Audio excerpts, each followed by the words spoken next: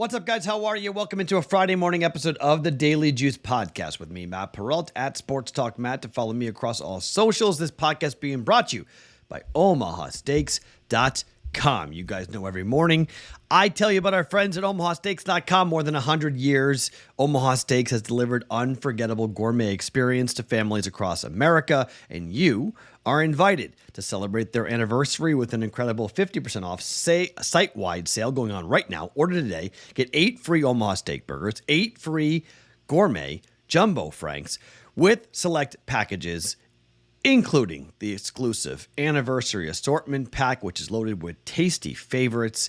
Omaha Steaks, they are famous for these unbelievable packages. Every purchase is backed by their unconditional money-back guarantee. Simply go to omahasteaks.com, enter juice into the search bar, and shop these exclusive packages today. Okay, so the Hall of Fame game was profitable depending on if you bet all three options I gave you last night. Browns, 1-13 margin of victory, plus 185 or 180, depending on when you got it. Okay, up 1.85 units on that. Lost the Jets, obviously, right?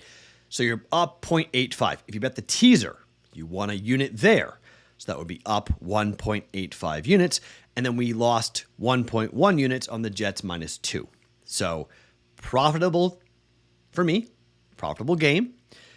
Not profitable for the official record, unfortunately. So if you bet all three, like I talked about last night, you had a good Hall of Fame game. You had a winning night. If you did not, you had a losing night.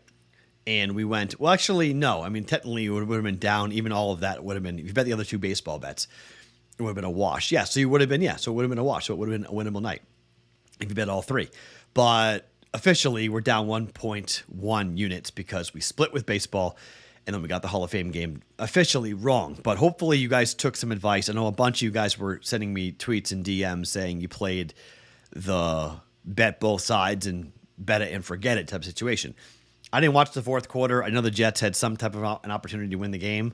So it really was a wash at that point. Either we were going to win the minus 1.5 bet and win that with a 2-point win for the Jets, or we were going to win the teaser and we were going to win the margin of victory bet either way. So that was going to come in regardless. So just one of those opportunities that we look to jump in on, grab a hold of.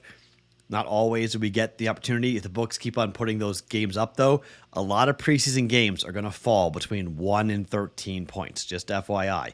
If FanDuel keeps on putting that up, it's not a bad bet, okay? Just bet it and forget it and bet both sides. You get plus money on both sides. Bet plus both sides, it doesn't really matter. It becomes a profit-making opportunity versus a bet. So, not a bad Hall of Fame game, but officially down 1.1 units there, 1.1 units on the night. Okay, let's talk baseball tonight. I don't have a number on the Braves and the Cubs, okay? But I want to bet the team total or the first 5 over. Either Braves team total or first 5 over, depending on what the books put up. Now, why? Kyle Hendricks is why. I know opposite him is a pitcher that we have to pay attention to with the Braves, but Hendricks at home this year has a 4.22 ERA, opposing batting average of 283, 15 earned runs in 32 innings worth of work for the Cubs. And we know what the Cubs have been doing here. Though Hendricks was pretty good in his last start against the Nationals, by the way. 6 innings, only 1 earned run. But the Red Sox before that, 4 2/3, 5 earned runs. He gave up there. He gave up 3 earned runs against the Phillies the time before that. This is going to be a high-scoring series. It's going to be a high-scoring game. Why? Because the Cubs are coming off of a historic 3-game stretch in which they have scored so many runs. They scored 5 runs yesterday. They won 5-3. The first half, the first 5 over 5.5 hit for us. The game actually stayed under, but Max Fried going for the Braves, depending on the price, Max Fried on the road has a 0.68 ERA, okay? Hasn't pitched a ton on the road because he's been hurt, but 2-0, 1 earned run in 13 1/3 innings worth of work, a 224 opposing batting average. So I think I'm just going to focus on the Braves offense against the Cubs pitching, most likely, but I need a number, okay? Don't know what the team total is. Once I get it in the Discord channel, bettingpros.com/chat, I'll tell you what I'm doing with the Braves and the Cubs, either team total over or first 5 over, depending on the juice and the price. So check back with me later for that bet here on Friday. Now, bets I have made. Let's talk Phillies and their game against Phillies and the – hold on, I'm blanking on the Phillies. Phillies and the Royals. So it is an opportunity to hop in. It's Phillies – sorry. Yeah. It's Phillies Royals. Okay. Jordan Lyles Day. It is an opportunity to jump in here. Jordan Lyles is 2-12 with a 6.15 ERA. Okay. The Phillies team total is 5.5 at -102. Jordan Lyles on the road this season has a 7.52 ERA. He's 1-6, opposing batting average of 291. Okay. If you look at offense in teams in runs scored per game at home for the Phillies, they are averaging 4.56 runs per game at home. So I need a full run more than what the Phillies average at home. But again, it is up against Jordan Lyles. And Jordan Lyles has not been a good pitcher on the road. His last time out against the Yankees, 5 earned runs in 5 innings. The Yankees scored 8 runs. Against Cleveland on the road, he only gave up 1 earned run, but the bullpen gave up 5. 6 earned runs scored for Cleveland in a 6-1 loss. Against Tampa, 4 earned runs given up. They won the game 9-4, so that stayed under. But against Detroit, he gave up 3 earned runs in 6 innings. Team gave up 6. That would have gone over. Against Miami, 5 earned runs given up in 7 innings. Team gave up 6. That would have gone over 5.5. So on the road, in his last 5 games, the other team, the opponent, has scored 6 runs or more in every game but 1, 4-1 to the over 5.5 runs from a team total perspective. We know the Phillies can score. We know Jordan Lyles gives up bombs. We know this is an opportunity for us to jump in here with the Phillies as they start to beat up on bad baseball teams and the launching pad that is the Bell. They're 28-20 at home. This is the first game these teams have played. The Phillies are coming off of a pretty long road trip, unless things did not go extremely well for them on that road trip. But they come back home here. At home, this team has been scoring pretty consistently, 5-6 runs. We should be right around this number. It's only -102. Phillies, team total, over 5.5 at -102 for 1.02 units. And the second bet, we're going Marlins and the Rangers. Jesus Luzardo is going for the Marlins, and I do like Jesus Luzardo, but on the road, he's a different pitcher than he is at home. 4.63 ERA, 4-3 record, a 288 opposing batting average, 24 earned runs in 46 2/3 innings worth of work.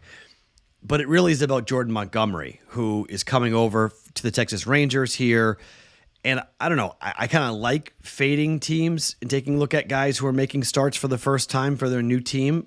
A little bit of jitters, maybe a little bit of a rocky pitching start. We saw it with Giolito pitching for the Angels. Montgomery coming over now to the Rangers.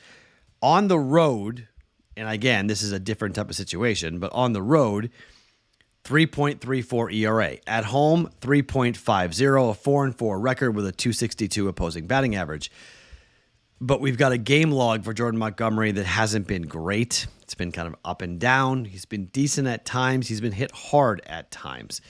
But I think we have a chance to get some offense here because Texas, first 5 offense is still absolutely tremendous. At home, they have a 3.91 at home runs per first 5. Miami has not been great, but Miami hasn't been horrible either on the road. Miami can put some runs up on the board. Their offense has been anemic at times, but if you get 2 or 3 runs out of Miami here, this is going to be an easy over 4.5. We really only need 2 runs. 3 runs out of Texas, and Texas has been at home first 5, averaging 3.91 runs per game, first 5. And I think they got a chance to put some runs up on the board, and I get it. I mean, Lazaro's been good, but they get 2, we get 3, 3-2 after 5, and we go over 4.5 here at -118.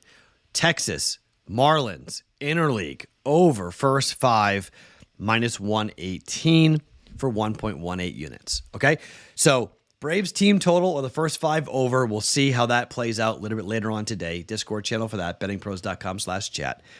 Phillies over team total 5.5 at -102 against Kansas City. Texas and Miami, first 5 over, 4.5 runs at -118. We're having a winning week. Let's have a good Friday. Let's head towards Saturday. A lot of things to bet on Saturday. A lot of things to bet on Sunday.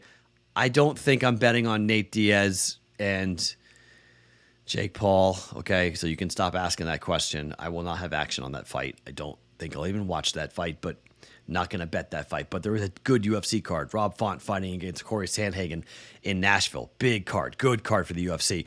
Have something on that. Other things as well to jump in here for the weekend. Let's head off to it and have a good time with it. My name is Matt Perrault. You guys can follow me across all socials at Sports Talk Matt every morning. This podcast being brought to you, The Daily Juice, by OmahaSteaks.com.